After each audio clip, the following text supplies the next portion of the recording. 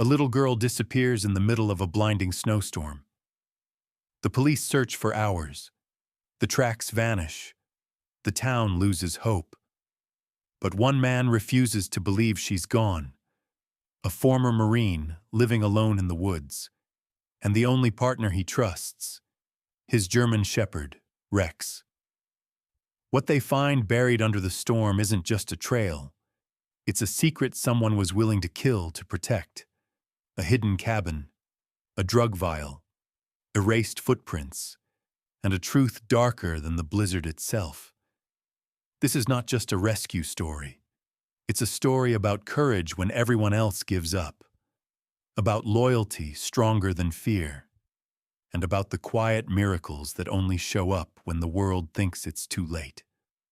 Keep watching, because the storm is not the real danger, and the ending will stay with you long after the video ends. If this story moves you, please subscribe, leave a comment, and share the video. Because somewhere out there, someone still needs hope. Thank you for being here. And may God bless you. The storm crawled in from Lake Superior like a living thing, swallowing the pines and the old logging road that snaked toward Haven Ridge, Minnesota, and by mid-afternoon, the sky had collapsed into a blank white ceiling that erased distances and bent sound. Wind scoured the town's wooden storefronts and hurled needles of ice hard enough to sting through wool, and in the woods beyond the last mailbox, the drifts rose to a child's waist and hid all sign of the day's excitement and alarm. Haven Ridge was the kind of northern town that looked etched out of winter. Clapboard houses hunkered behind stacks of split birch, pickup trucks idling while men in neon caps stamped their boots, a church steeple shouldering up into the whiteout.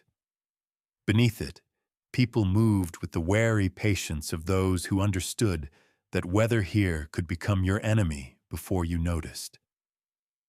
It was into that weather that the Carter family had gone earlier, a simple sledding trip at the edge of the state forest, and it was in that weather that their 8-year-old daughter, Emily Carter, had disappeared. Emily, as her mother would describe again and again that evening, was a small, bright spark of a child, with a braid of pale blonde hair that peeped from under a knitted hat. A quick, airy laugh, and the kind of curious energy that had her sketching foxes and owls in a little spiral notebook, while asking why the sky over the lake looked more silver than blue. She wore a pink winter jacket, the one with a scuffed elbow from catching herself on the school's ice-chopped steps, and she loved to race her sled until her face glowed and her breath looked like steam in the sun. None of that seemed to help the search teams when the storm rolled in.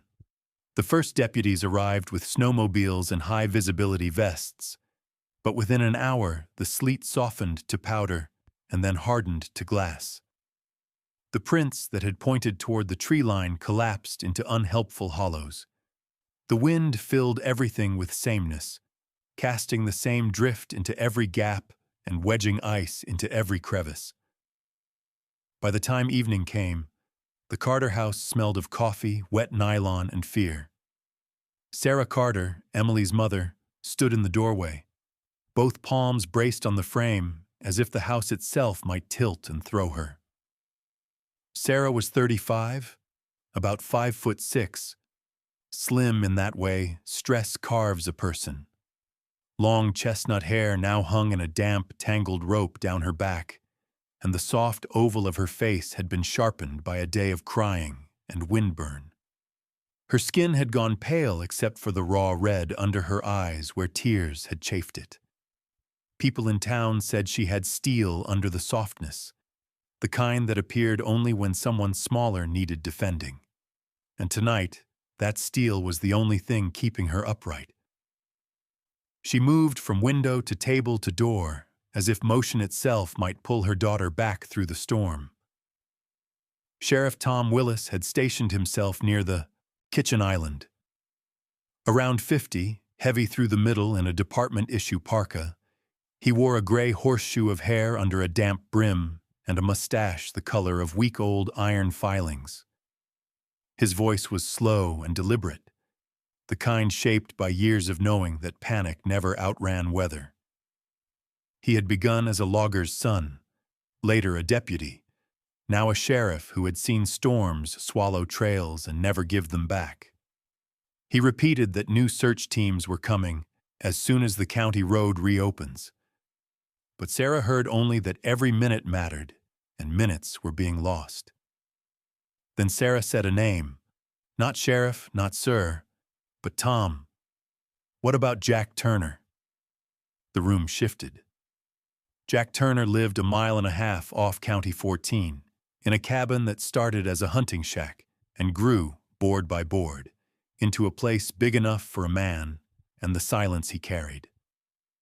Jack was 42, 6'2", the kind of tall that looked built rather than stretched, with shoulders that made flannel hang straight and a back shaped by years of military packs.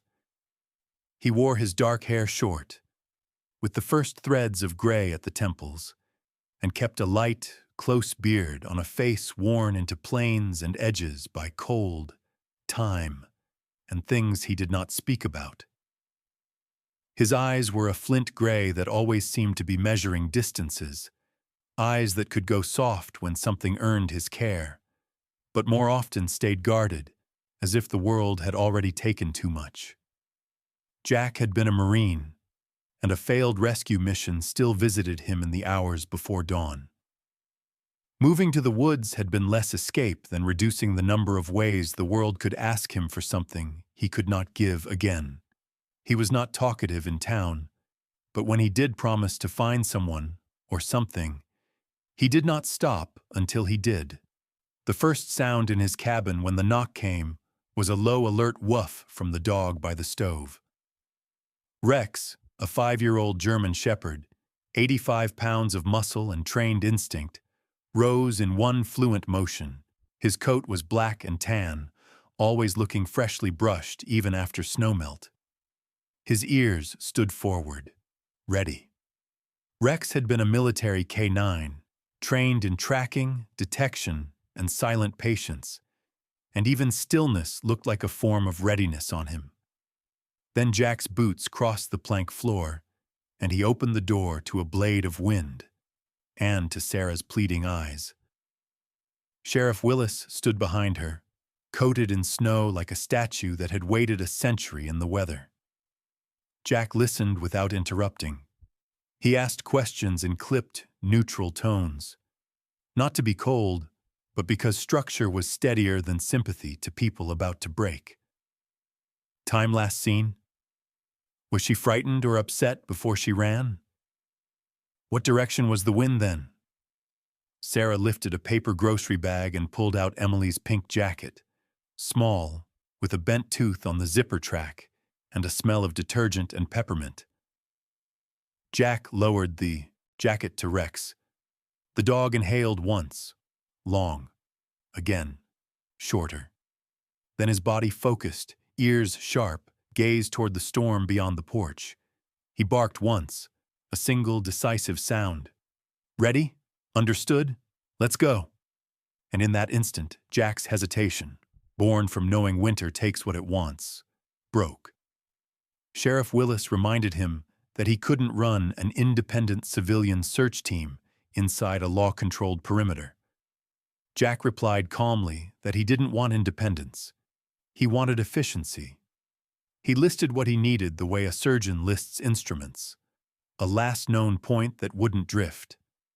A wind vector reading at the tree line. A shared rover radio channel. A log deputy to record cast angles and timestamps. Liver treats for the dog's reward conditioning. The sheriff blinked, then nodded. He might not like being convinced, but he knew capability when it stood in front of him. Jack pulled on his heavy parka, checked Rex's harness and GPS tag, added a child-sized Mylar blanket to his pack. The cabin heat made preparation feel both rushed and ceremonial. When he stepped outside, Sarah reached for his sleeve just once, and he met her eyes and said quietly, We go now. Rex took the lead, head low, breath flaring steam in the dark, following a thread of scent only he could feel. Jack moved behind him, knee-deep in snow, breath steady, eyes tuned to the tiny contradictions the storm could not erase. The decision was made the instant the dog barked. They disappeared into the white. The storm did not ease by the time Jack and Rex pushed past the tree line. But the deeper they moved into the forest, the more the wind died behind the thick walls of pine and spruce, turning the world from a roaring white chaos into a muffled, breathless silence. Rex worked with his nose low and body focused, his gait steady and confident as he followed the fading thread of Emily's scent. Jack's boots sank nearly to the shin every step, but his pace never wavered. His eyes, sharp from years of scanning hostile terrain, searched the ground not just for what was visible, but for what was missing. A few hundred yards in, Jack stopped. The snow here was deeper, yes, but not untouched. The pattern was wrong. Too wide, too smooth, too deliberate. He crouched, brushing frost away with a gloved hand, and saw the crumbled ghost of a small footprint. But only one. Someone had swept the rest. Someone didn't want a child to be found. Rex gave a low growl as his nose pressed against something half-buried. Jack brushed away the snow and found a small plastic vial, the label worn but not gone. Medical print. A sedative. Not something a child would carry while sledding.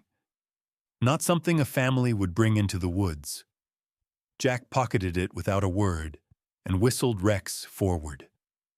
A voice broke through the radio static clipped to Jack's vest. It was Deputy Mark Hensley, one of the younger officers on the search grid, his tone clipped with the kind of confidence that came from rule-following rather than field experience. Mark was 30, tall but narrow-shouldered, clean-shaven except for a thin jawline stubble that looked more aesthetic than rugged.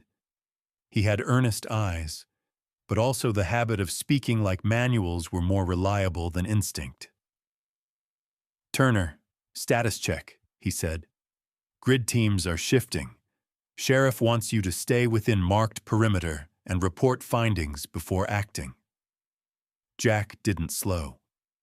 "Copy your request," he answered, which was not the same as agreeing.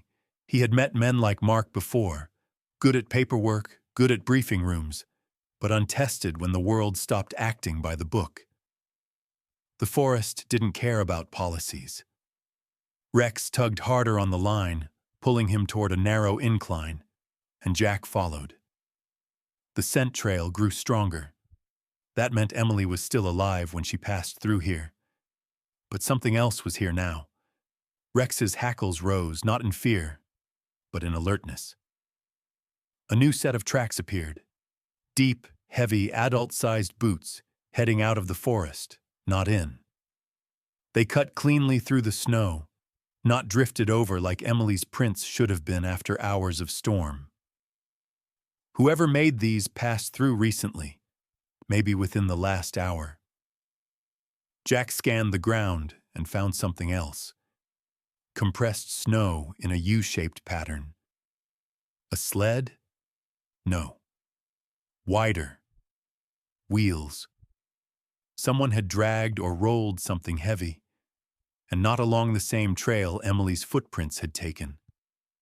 Second crime scene, but disguised as wilderness. He radioed in. Found adult boot prints moving opposite direction of child's trail. Signs of an object dragged or wheeled through terrain. Also recovered empty sedative vial. This was no accident. Silence. Then Mark again, voice tighter. "Turner, with respect, we don't jump to conclusions. Missing kids panic and run. Storm causes disorientation. Let's stick to standard assumptions." Jack exhaled slowly. Standard assumptions lose people. He killed the radio. Rex suddenly stopped, nose frozen at one spot in the snow. Jack knelt beside him, following the dog's stare. A scrap of fabric, Purple, fleece, torn in a way only panicked struggling makes, caught under a branch. Emily's sleeve, not cut, ripped. Someone had grabbed her. Jack felt his jaw tense, the muscles clenching the way they had when he was 25 and kicking in doors during night raids. There was a rhythm to violence, and this scene beat the same rhythm. Organized, fast, rehearsed. A child doesn't tear her jacket unless someone is pulling her. Rex pawed at the snow beneath the fabric, then began circling, nose high, tracing the direction of carried scent rather than walking scent. That meant Emily had stopped touching the ground. She was lifted, carried, or loaded into something. A kidnapping in a blizzard was not amateur work. A soft crunch of snow behind him caused Jack to lift his head. Through the white shapes of trees approached another search team. Deputy Carla Everett, a woman in her early 40s, short and strongly built, with dark braided hair tucked into a gray beanie and sharp, observant eyes. Unlike Mark, Carla had worked wilderness rescues for years, and it showed in the way she carried her rifle, not like a prop, but like weight with purpose. She slowed when she saw Jack's posture. "You found something." Jack handed her the vial. "Sedative, industrial grade." Someone came prepared. Carla's face hardened. "Sheriff won't like this. I'm not here to please him." She nodded once, a quiet alliance. "You thinking abduction?" "I'm thinking patterns," Jack replied. "Kids don't erase their own tail, and they don't get carried into the woods. They get carried out." Carla exhaled, long and slow. "So we're not just fighting weather. We're fighting people." Jack answered only by checking Rex's harness and pulling the dog forward again. The storm thinned enough for a sliver of weak gray light to pierce the branches, and for the first time, Jack could see the forest ahead, not peaceful, but purposeful. A route, a corridor, a direction chosen for concealment rather than escape. They were no longer searching for a lost girl. They were hunting abductors, and abductors who planned well rarely planned to leave witnesses alive. Rex led the way through the thickening woods, moving faster now that the scent trail had shifted from the randomness of panic to the straight line of forced direction. The deeper they went, the quieter the forest became, as if even the wind refused to witness what had happened here. Jack's pace stayed controlled, his mind shaping a map the way he used to do in combat zones. Landmarks, elevations, angles of approach, exits. The storm had begun to thin, but the cold had sharpened, turning each breath into a blade. A darker shape emerged through the trees. A small hunting cabin, its roof bowed under snow, its windows clouded with frost and neglect. Not abandoned long enough to rot, just unused long enough to be forgotten. Rex halted, ears forward, tail low, the way he signaled presence recently here rather than present now. Jack's eyes swept the clearing, noting details that didn't match the natural decay, snow tamped in rectangular patches near the door. Boot prints that circled once, then stopped, like someone had stood guard. A discarded length of rope, frayed at one end but clean at the tie points. Inside, the air was stale, tinged with cold metal and propane. A cot sat overturned, blankets kicked against the wall. The wood floor bore small scratches, clustered close together, not from animals, but from shoes, the short, panicked kind made when someone smaller was pulled or dragged. Near the cot lay a strip of silver duct tape, creased and torn. The size matched a child's wrists. Emily hadn't been hidden here long, but she had been here. Then Jack saw the tire tracks. Fresh, deep, too wide for a snowmobile, too narrow for logging machinery. SUV tires, all-terrain. The tread marks pointed downhill toward a service road that shouldn't have had traffic this time of year. Rex caught the scent and gave a short whine, not confusion, urgency. Jack followed the tracks, moving downhill until the trees thinned into the edge of a road layered with packed ice and snowbanks. And parked across it, like a barricade, were two trucks. Older Ford models, matte green, beds stacked with cut logs. Chainsaw noise buzzed faintly nearby. Snow shifted. Shadows moved behind the trucks. Two men stepped out, dressed in flannel and heavy work coats, beards iced with snow, the kind of look you'd expect from loggers. But the stance was wrong. They weren't tired workers. They were guards. Their eyes tracked, not wandered. Their boots were military, not construction. One had a tattoo on his neck. Sharp lines, crude lettering. Wolf Shore Crew. Jack had seen those kinds of crews before. Fake companies used to launder criminal logistics, always hidden in industries that lived far from city oversight. Fishing boats, long-haul truck stops, lumber routes. The taller guard noticed the dog first, stiffening. He rested a gloved hand on the axe looped at his belt, not because he planned to chop wood, but because a blade made less noise than a gun in open country. Jack didn't break stride. He spoke just loud enough to carry. Roads closed? The shorter man laughed, but the kind of laugh used to measure confidence. His face was round, but his eyes were needle-sharp, darting, trained. Private property. Storm made the trail unstable. Best turn back. Jack noticed what they didn't ask. Who he was, why he was there, if he needed help. Real loggers would have asked. These men already knew what was down the road and didn't want anyone reaching it. Rex shifted one paw forward, muscles coiled. Jack gave the faintest signal, a stillness of breath, meaning wait, but ready. Appreciate the warning, Jack said, then turned as if leaving, but he angled away just enough to let them believe they'd won. Rex followed in silence. Only when the woods swallowed them again did Jack let the breath out of his lungs. Armed, organized, roadblocked. Not random, Jack murmured, mostly for himself. Child doesn't vanish into the woods and end up guarded by lumber trucks. He crouched behind the ridge, watching the trucks through the branches. The SUVs weren't there, but the tire tracks led past the trucks, farther down the road into deeper forest. Not toward town, not toward help, toward handoff point, toward transport.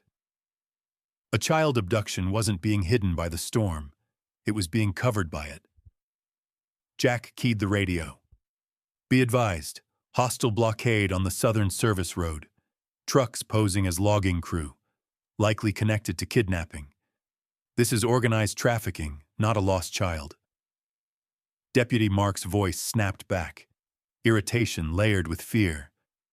Turner, you were told to stay on grid. Do not engage. Sheriff says stand down until we regroup. Jack ignored him. Carla's voice followed, lower, calmer.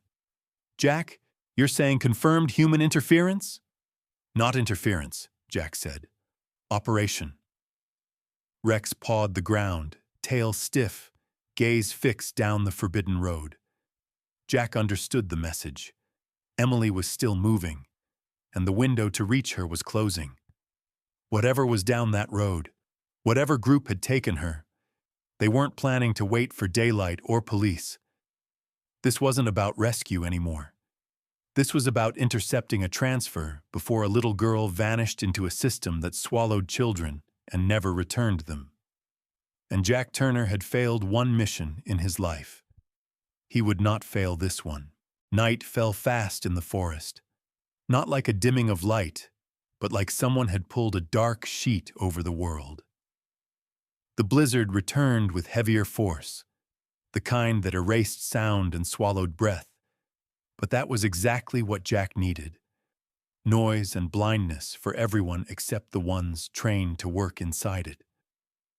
Rex moved close, not tracking now, but reading air currents, every muscle lifted and ready. Jack had seen soldiers move with less discipline than this dog. The tire tracks from the fake logging crew led to a narrow service trail that should not have existed on any public map. Jack followed it until the trees widened into a small clearing where a warehouse-like structure stood half-buried under snow, its metal siding dulled by frost. It didn't belong here. Too new, too industrial, too intentional. The windows were blacked out from the inside. A single antenna rose from the roof like a spine. Heat shimmered from a vent, meaning someone was inside. Jack crouched behind a boulder, studying the perimeter through the swirling white. 2 guards paced the entry path, different men than the ones at the roadblock. These were younger, dressed in tactical cold-weather gear. No logos, no uniforms, no names. One had a shaved head under a black beanie, square face and a broken nose that hadn't healed right, giving him a permanent crooked glare. The other was thin, long-necked, fingers always twitching near the trigger of his rifle, the kind of nervousness that didn't come from fear but from overconfidence, the worst kind around guns. Rex stayed low, breath short and silent. Jack knew the dog was waiting for signal, not impulse. Inside the warehouse, Emily was somewhere beyond those walls. The thought lanced Jack in a way no snow could numb. He whispered, "We do this quiet first." Rex blinked once, acknowledged. Jack scanned the roofline and spotted a small side access door, chains wrapped around the handle but not locked from the inside. Good. That meant movement came in and out, probably where they transferred cargo or children.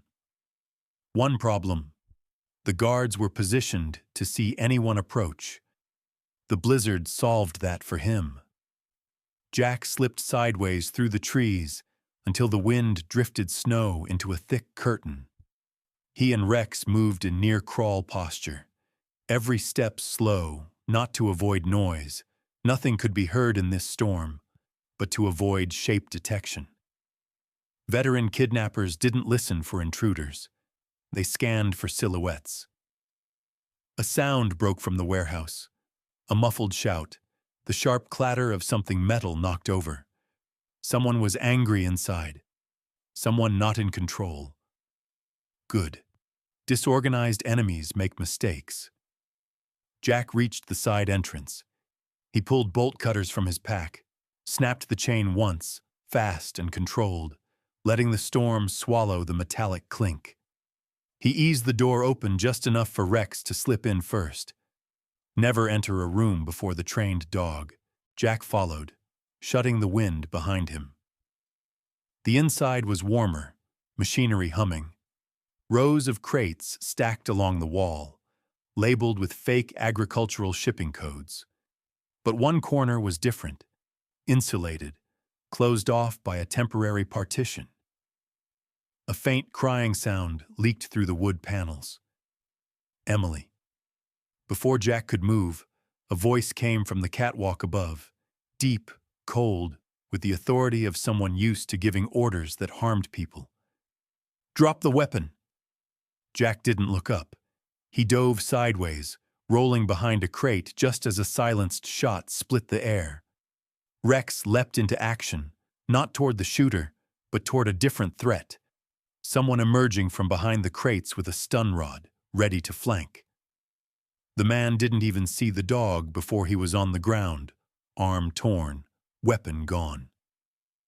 The shooter on the catwalk fired again, but Rex's attack had disrupted his aim. A bullet punched into the steel barrel beside Jack instead of his skull. Jack came up firing, not wild, not panicked, but with clean, trained precision. 2 rounds shattered the catwalk light, flooding the room in darkness except for emergency red glow strips along the floor. Now Jack had the advantage. He moved low, silent, letting instinct and memory guide angles. The man on the catwalk panicked, backing toward the stairs. "You don't know who you're dealing with," Jack answered quietly. "I've dealt with worse." The fight wasn't long. The guard rushed down the stairs, firing blind. Jack let him come, waited for the footstep pattern that revealed distance, then struck. One blow to the jaw with the rifle stock, one sweep to take the legs. The man went down hard. Rex returned to Jack's side, fur bristled but uninjured, though a mark of blood streaked his muzzle. Not his blood. And then Jack heard it. Emily's voice. Small, faded, behind the partition. He kicked the door open. A single lantern lit the room. Emily sat against the wall, hands taped, cheeks pale but eyes alive. She was scared, but her breathing was steady. Not broken, not lost. Jack lifted her carefully. "I'm here. Your mom sent me." Emily's voice quivered. "And the dog?" Jack almost smiled. "He came on his own." Before they could move, Rex growled low, spine stiff, incoming danger. Jack killed the lantern, grabbed Emily close, and whispered, "Storm's our cover now. We walk out the way we came in." Emily nodded. She trusted. She didn't even know him, but she trusted the man and the dog who walked into a storm toward her instead of away. Outside, the wind howled like something living. But Jack had Rex, and Rex had the trail home. And tonight, the storm would hide one rescue and expose one crime. The storm began to break, just as Jack, Rex, and Emily reached the tree line, the wind thinning into a ragged hiss instead of a roar. Emily clung to Jack's coat with small, frost-bitten fingers, her breathing shallow but steady. Rex stayed on her other side, tail low but watchful, the silent guardian that never once looked away from the woods behind them. Jack had seen battlefield extractions with less weight than this. With a child, the danger felt sharper, less negotiable. But Emily was alive, and that meant the fight wasn't over, just shifting. Halfway through the forest stretch, flashing red lights cut through falling snow, vehicles approaching, tires carving harsh tracks into ice. Not the kidnappers, the county patrol. Sirens off, but engines aggressive. Someone had finally listened. The first door that swung open belonged to Sheriff Tom Willis, his face flushed from cold and something close to shame. Behind him were 3 deputies in full gear, including Deputy Carla Everett, already scanning the woods for threat rather than victory. Tom's eyes fell on Emily first, and the hardness slipped from his voice. "Jesus, she's alive." Jack said nothing. He gave Emily a gentle push toward Tom, and Rex nudged her forward with his head. Emily looked back only once before Sheriff Willis pulled her into a blanket. Carla stepped toward Jack. "Radio dropped off for 10 minutes. We thought—" "You thought I went rogue," Jack replied, voice flat. "You didn't," Carla said. "You went where protocol couldn't." Before Jack could respond, another vehicle rolled up, a black luxury SUV out of place among the patrol units. The man who stepped out was tall, mid-50s, tailored wool coat, manicured salt and pepper beard, and a smile polished for fundraisers. Nathan Caldwell, one of Haven Ridge's wealthiest businessmen, owner of half the lumber distribution rights in the region, and the public face of the town's Protect Our Children donation campaign. He walked with confidence, but his eyes flicked, calculating instead of compassionate. Everyone in town knew Nathan as a benefactor, a man who sponsored school buses and holiday toy drives. But Jack noticed what others rarely did: the small seam of irritation at the edge of his smile, the faint discoloration on the cuff of his coat, brush contact with warehouse dust, not snow. the kind of detail a man in a heated office wouldn't carry. Nathan approached Emily, placing a hand on her shoulder with rehearsed sympathy. "Thank God you're safe. This tragedy could have destroyed our community." Emily winced at his touch. Rex growled, low, barely audible but filled with warning. Jack said quietly, "Take your hand off the girl." Nathan's face flickered. Not fear, but offense, the kind a powerful man feels when someone lower in status forgets their place. "I'm only trying to help. The town relies on people who actually—" Jack cut in. "You were at the warehouse. The scent on your coat matches the insulation paint, the kind used in illegal export crates. Same tread pattern from the SUV that left it. And the guards outside used your logging contracts." The deputies froze. Sheriff Willis stared at Nathan, waiting for denial. Instead, Nathan laughed, a sharp, ugly sound. "You think you can accuse me of something like that? I fund half the sheriff's department. I pay the emergency dispatch tower bill. I wrote checks to the search team tonight." "That's the point," Jack said, voice steady. "You fund what you need control over." Carla moved first, gun half raised. "Sheriff?" Tom's hand shook, not from cold, but from the weight of losing the law to the truth. He finally spoke. "Nathan Caldwell, you're under arrest." Nathan stepped back, still smiling, like a man who believed handcuffs couldn't touch wealth. "You won't make this stick." But Emily's voice, quiet, shaken, cut through everything. "He was there. He yelled at the men. He said I was worth more unhurt." Silence. No courtroom could have delivered a cleaner blow. Nathan stopped smiling.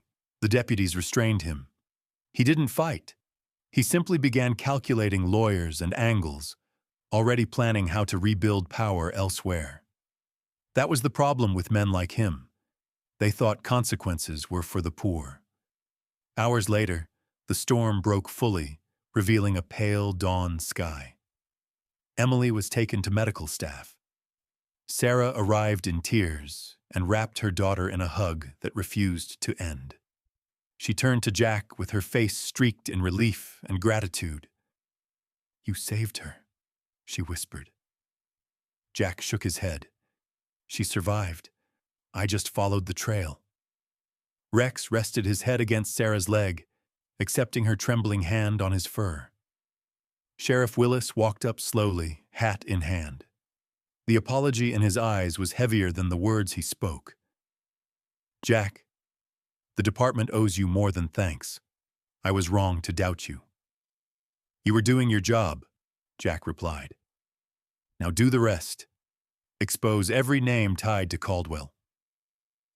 Willis nodded, knowing that meant careers, reputations, elections, everything unraveling from one stormed-in warehouse. By mid-morning, reporters arrived, townsfolk gathered, and people began asking questions like, how could this happen here? And how long had children been disappearing? Jack answered none of them. He stood with Rex on the far edge of the parking lot, away from the microphones and gratitude. Carla approached. "Town wants to make you a medal or plaque or something." Jack gave a tired half-smile. "Let them give it to Emily. She did the hardest part." "And you?" Carla asked. "I'll go back to the woods." Rex barked once, as if to underline it. Jack Turner didn't need a ceremony. He had found the child alive. The mission was complete. That was enough. He walked away before the applause started, snow crunching under his boots, Rex moving beside him. The town watched a hero leave. But to Jack, he was just a man returning to where the noise stopped and the truth stayed honest. The world would think he disappeared again. But in the quiet, somewhere between the trees and the winter wind, Jack Turner was finally at peace. Sometimes the greatest miracles don't arrive with angels or thunder from the sky. Sometimes they come quietly, through a man who refuses to give up, through a loyal dog following a scent in the snow, through a child who doesn't stop fighting to stay alive. And maybe that is how God works more often than we realize. Not always by changing the storm, but by sending someone who can walk through it. Not always by removing the danger, but by giving strength, loyalty, and courage to the hearts that step forward. In a world that often feels colder each day, may we remember, every act of kindness is a rescue mission. Every prayer is a light in the dark. Every life saved is proof that God still moves in quiet ways. If this story touched your heart, don't keep it to yourself. Share it with someone who needs hope. Leave a comment about a moment in your life when you felt God's hand guiding you. And if you believe the world still needs stories of faith, courage, and loyalty, subscribe to this channel and join us on the next journey. May God bless you, protect your family, and bring peace to every storm in your life. Amen.